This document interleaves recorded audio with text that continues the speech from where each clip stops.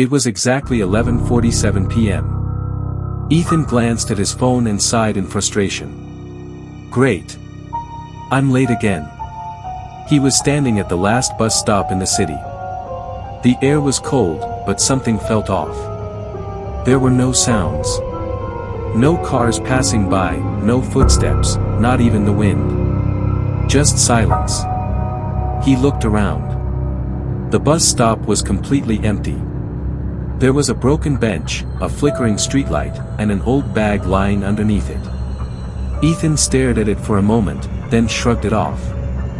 As he turned away, a faint voice whispered behind him, "You shouldn't be here." Ethan froze. His heart started pounding. He quickly turned around. No one was there. "Hello?" he called out nervously. No response. He shook his head, trying to calm himself. Just my imagination. Suddenly, his phone started vibrating. An unknown number was calling. He hesitated for a second, then answered. At first, there was only static, a low crackling noise. Then a faint voice came through, barely audible. "Don't take the last bus." The call ended. Now Ethan felt uneasy. He tried to call a ride, but there was no signal. "Perfect," he muttered under his breath. Then, in the distance, he saw headlights approaching. A bus. Relief washed over him. Finally. The bus slowly pulled up in front of him. But something felt wrong. There was no movement inside. No sound. The doors opened on their own. Ethan hesitated, then stepped inside. The moment he entered, a chilling cold hit him. It was freezing, so cold he could see his own breath. There were a few passengers sitting inside, but none of them moved. Their heads were down. Completely still. Ethan glanced at the driver, but the driver didn't even look at him. The bus started moving. He walked toward the back and took a seat. After a few seconds, he noticed something strange. Every passenger looked the same. Pale faces. Empty expressions. And none of them blinked. Trying to break the silence, Ethan turned to the man sitting next to him. "Hey, does this bus go downtown?" No answer. The man slowly turned his head toward Ethan. His eyes were completely black. Ethan flinched and leaned back in shock. Just then, the lights flickered for a split second. When they came back on, half the passengers were gone. What the? Panic set in. Ethan quickly stood up and started walking toward the driver. But the aisle kept stretching. No matter how far he walked, he couldn't reach the front. It was like the bus was endless. Then his phone rang again. Same unknown number. He answered immediately. "Who are you?" The voice on the other end was clearer this time. Cold. Calm. "You got on the wrong bus." Ethan's voice trembled. "What do you mean? This bus doesn't take people home." Ethan shouted, "Then where does it go?" There was a brief silence.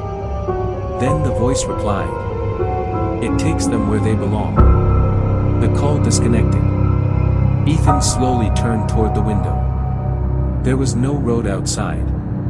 Only darkness. Endless, empty darkness, as if the bus wasn't even on Earth anymore. He turned back. Now every passenger was staring directly at him. At the same time, their faces began to change. Some looked burned. Some were missing parts. Others had dark liquid dripping from their eyes. "Let me out!" Ethan screamed. Suddenly, the bus came to a stop. The doors opened. Outside, there was nothing. Just darkness. But within that darkness, shadowy figures stood still, waiting.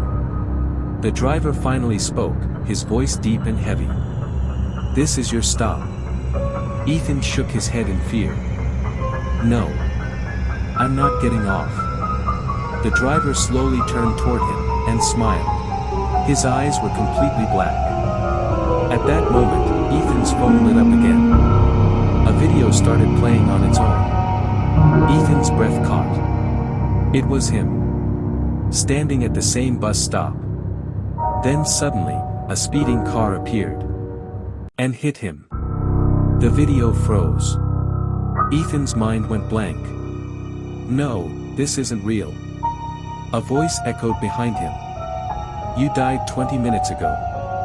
Ethan slowly turned around. The man sitting next to him was staring at him again. This bus only comes for people who don't realize they're already dead. Ethan's legs felt weak. Please. I want to go back. The driver shook his head slowly. No one goes back. Outside, the shadowy figures began moving closer. The bus doors suddenly slammed shut. Wait! Ethan screamed. But it was too late. The bus started moving again. Deeper into the darkness. The next morning, a different boy stood at the same bus stop. He kept checking his phone, looking annoyed, like he was running late. He looked around. Everything was quiet. Too quiet. Then a faint voice whispered behind him. You shouldn't be here. He slowly turned around. And in the distance, headlights appeared.